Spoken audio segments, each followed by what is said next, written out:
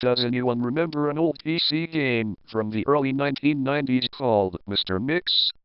It's mainly a typing game, similar to Mario Teaches Typing, where you have to type words into a box to make a chef, the titular Mr. Mix, put ingredients into a bowl. Unlike most typing games, however, this game is notorious for having an insane difficulty curve.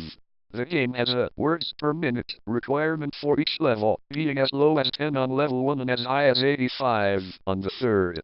By level 5, the requirement reaches over 500, effectively making it impossible to proceed any further.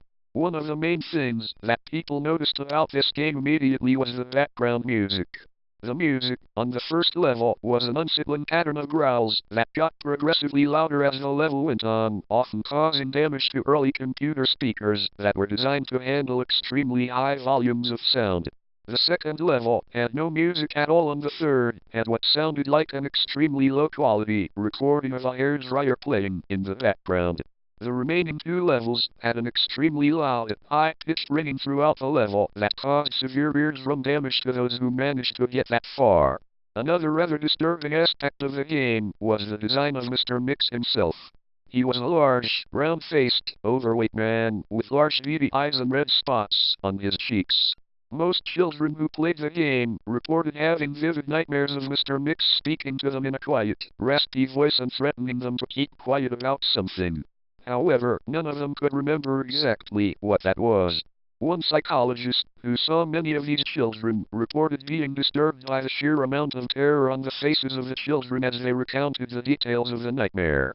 Many of the children broke down into tears in the process, begging for their parents to save them.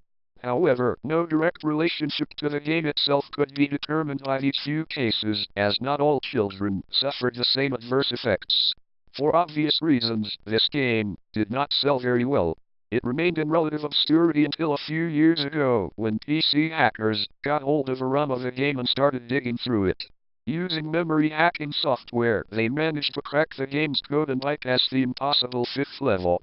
What they found, however, was extremely disturbing and caused many of them to quit the expedition altogether.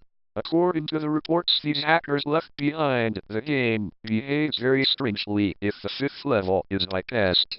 The game crashes violently and closes, writing a bunch of files to the user's System32 directory to the point that the RAM was almost completely filled.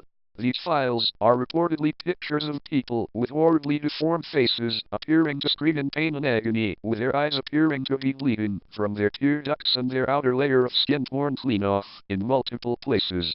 If the user attempts to delete these files, the computer will violently crash and lose screen, causing permanent irreparable damage to the user's hard drive. The hackers found that this was caused by a lone byte in the game's ROM that triggered when the fifth level was completed. After removing this byte, they were able to proceed to the sixth and final level.